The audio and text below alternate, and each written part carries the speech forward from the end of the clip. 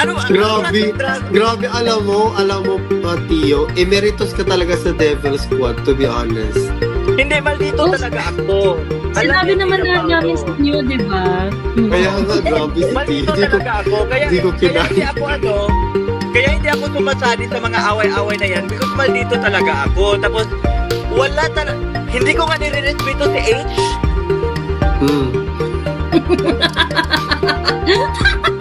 Grabe ka, Tio. Bakit ko siya nire-respeto?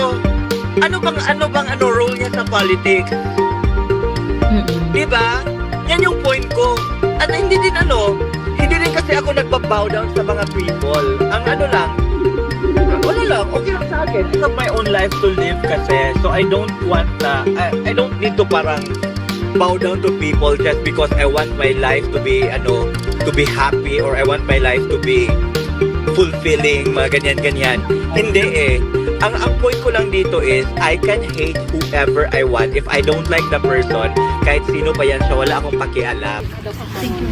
Gani? Bantayan ka ni Mama. Salamat, sir. Ingat mo yan. Baby boy kita, wala akong boy. Wala, oo. Oo.